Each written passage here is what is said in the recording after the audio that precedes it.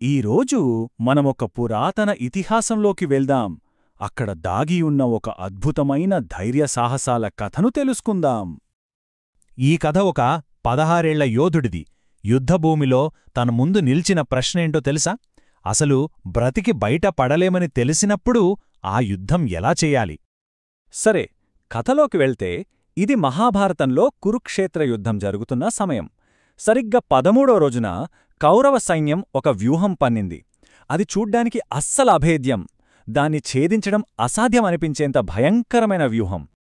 ఆ వ్యూహం పేరే చక్రవ్యూహం. దీని ఎలా ఊహించుకోవాలంటే అచ్చం ఒక కదిలే కోటలాగానమాట. తిరుగుతూ తిరుగుతూ శత్రువులను లోపలికి లాక్కొని వాళ్ళని చిక్కుల్లో పడేసి మొత్తం నాశనం చేసేస్తుంది. అంత భయంకరమైన యుద్ధతంత్రమది. ఇక్కడే అసలు సమస్య. పాండవుల వైపు ఆ వ్యూహాన్ని ఛేదించడం తెలిసిన ఏకైక యోధుడు అర్జునుడు. కాని కౌరవులు కావాలనే ఒక ప్లాన్ ప్రకారం అతన్ని యుద్ధంలో వేరే వైపుకు పంపించేశారు. ఇంకేముంది, వాళ్ల ప్రధాన యోధుడే లేడు. పాండవులకి ఓటమి కళ్లముందు కనిపిస్తోంది. చక్రవ్యూహం గనక వాళ్ల రాజుని బంధిస్తే ఇక అక్కడితో యుద్ధం ముగిసిపోయినట్టే. ఆ భయం వాళ్ళని వెంటాడుతోంది.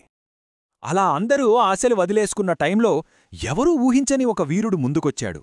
అతను మరెవరో కాదు, అర్జునుడి కుమారుడు, కేవలం 16 ఏళ్ల అభిమన్యుడు. ఇక్కడే కథ ఒక అద్భుతమైన మలుపు తీసుకుంటోంది. ఇతిహాసం ఏం చెబుతోందంటే, అభిమన్యుడి సైనిక శిక్షణ అతను పుట్టకముందే మొదలైంది. అవును, తల్లి గర్భంలో ఉండగానే. కాని ఇక్కడే ఒక చిన్న సమస్యొచ్చింది.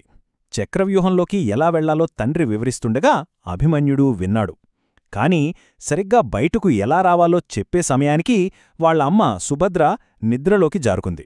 అంతే, ఆ పాఠం అక్కడితో ఆగిపోయింది. దానివల్ల ఏమైందంటే, పుట్టబోయే బిడ్డకు అపారమైన శక్తి వచ్చింది. కాని ఆ జ్ఞానం అసంపూర్ణంగా ఉండిపోయింది. చాలా ప్రమాదకరమైన అసంపూర్ణ జ్ఞానం. వింటుంటే ఏదో పురాణగాథలా అనిపిస్తోంది కదా. కాని ఆశ్చర్యమేంటంటే, ఇది గర్భసంస్కారనే భావనకు చాలా దగ్గరగా ఉంది. అంటే కడుపులో ఉన్న శిశువు బయటి ప్రపంచాన్ని గ్రహించగలదు, నేర్చుకోగలదు అని. ఇప్పుడు సైన్స్ కూడా ఇదే చెప్తోంది. పుట్టబోయే పిల్లలు శబ్దాలకి, మాటలకి స్పందిస్తారని పరిశోధనలు కూడా నిరూపించాయి. దీన్ని బట్టి మన ప్రాచీనులు వాళ్ల కాలం కన్నా ఎంత ముందున్నారో అర్థం చేసుకోవచ్చు. సరే, మళ్లీ కథలోకి వద్దాం. తన వాళ్లందరూ అలా నిస్సహాయంగా ఓటమి అంచున నిలబడటం చూసి అభిమన్యుడు ఒక ధైర్యమైన నిర్ణయం తీసుకున్నాడు. తన విధిని తనే రాసుకునే ఒక సాహసోపేతమైన నిర్ణయం. అతను వ్యూహాన్ని ఛేదిస్తానని ముందుకొచ్చాడు. ఇక్కడ గమనించాల్సిన విషయమేంటంటే, అతనికి లోపలికెలా వెళ్లాలో మాత్రమే తెలుసు, బయటకెలా రావాలో అస్సలు తెలీదు. ఈ విషయం తెలిసి కూడా ఆ దాడికి తానే నాయకత్వం వహిస్తానన్నాడు. అసలు వాళ్లు వేసుకున్న ప్లాన్ చాలా సింపుల్. అభిమన్యుడు వ్యూహాన్ని బద్దలు కొట్టి ఒక దారి ఏర్పాటు చేస్తాడు. ఆ దారిగుండా మిగతా పాండవ యోధులందరూ లోపలికి వచ్చి తనకు సపోర్ట్గా నిలుస్తారు. అతను ఒంటరిగా పోరాడాలనే ప్లాన్లోనే లేదు. అనుకున్నట్టే అభిమన్యుడు సింహంలా ఆ వ్యూహంలోకి దూసుకెళ్లాడు. కాని వాళ్లు వేసుకున్న ప్లాన్ మొదటి అడుగులోనే దెబ్బతింది. ఎందుకంటే జయద్రథుడు అనే ఒక యోధుడు తనకున్న ఒక దైవిక వరంతో అభిమన్యుడు లోపలికి వెళ్లిన వెంటనే ఆ వ్యూహద్వారాన్ని మూసేశాడు. అంతే, పాండవులంతా బయటే ఉండిపోయారు. ఆ 16 ఏళ్ల బాలుడు మాత్రం ఆ సత్తువుల కోటలో ఒక్కడే ఒంటరిగా చిక్కుకుపోయాడు. ఆ తర్వాత జరిగింది మామూలు విషయం కాదు. ఇతిహాసంలోనే నిలిచిపోయే ఒక వీరగాథ. ఒంటరిగా ఉన్న అభిమన్యుడు చూపించిన పరాక్రమానికి కౌరవ సైన్యం గజగజ వణికిపోయింది. కర్ణుడిలాంటి మహాయోధుడిని చాలాసార్లు ఓడించాడు. ద్రోణుడు, అశ్వత్థామలాంటి వాళ్లను ఒంటిచేత్తో ఎదుర్కొన్నాడు. అతని దాడి ఎంత భీకరంగా ఉందంటే, చివరకు కౌరవ సైన్యం మొత్తం రక్షణకే పరిమితమవ్వాల్చి వచ్చింది. అతను బాణాలు వేస్తుంటే ఒక్కడు కాదు, 100 మంది అభిమన్యులు యుద్ధం చేస్తున్నట్టు అనిపించిందట. అతన్ని ధర్మయుద్ధంలో న్యాయంగా ఓడించటం తమ వల్ల కాదని కౌరవ సేనాపతులకు పూర్తిగా అర్థమైపోయింది. అందుకే వాళ్లొక నీచమైన నిర్ణయానికొచ్చారు: యుద్ధ నియమాలన్నింటినీ గాలికి వదిలేయాలని. ఇదే ఆ ఇతిహాసంలో ఒక కీలకమైన మలుపు. ధర్మం తప్పి అధర్మంలోకి పడిపోయిన క్షణం అది. అంటే విశ్వనియమాలను, యుద్ధధర్మాన్ని పూర్తిగా ఉల్లంఘించడం. అప్పుడు మొదలైంది ఆ అవమానకరమైన దాడి. ఒక పథకం ప్రకారం ఒక్కొక్కరుగా కాదు, అందరూ కలిసి. ముందు కర్ణుడు వెనకనుంచి బాణం వేసి అభిమన్యుడి విల్లుని వెరగ్గొట్టాడు. తర్వాత మిగతావాళ్లు అతని గుర్రాలని, సారథిని చంపేశారు.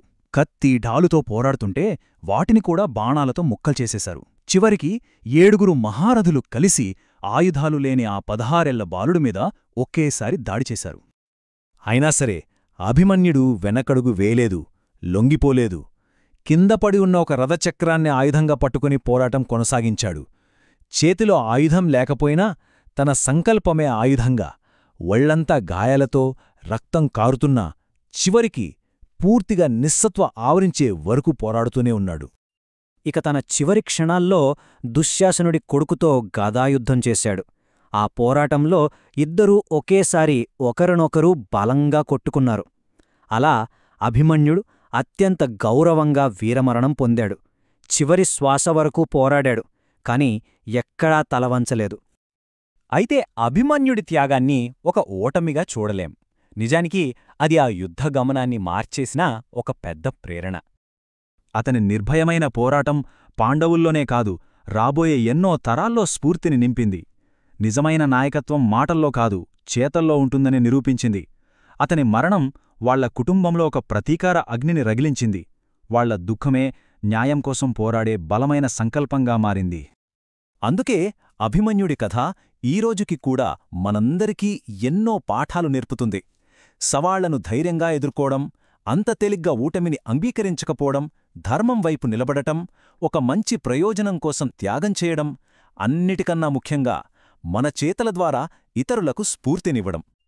అభిమన్యుడు బ్రతికింది కేవలం 16 ఏళ్లే, కాని అతని ధైర్యసాహసాల కథ వేల సంవత్సరాలుగా వినిపిస్తూనే ఉంది. ఇది మనల్ని ఆలోచింపచేస్తుంది. ఒక జీవితాన్ని దేంతో కొలుస్తాం? ఎంతకాలం బ్రతికామన్నదానితోనా, లేక ఎంత ప్రభావం చూపించామన్నదానితోనా? అభిమన్యుడి కథ చెప్పే సమాధానమొక్కటే: జీవితానికి కొలమానం నిడివి కాదు, అది చూపిన ప్రభావం.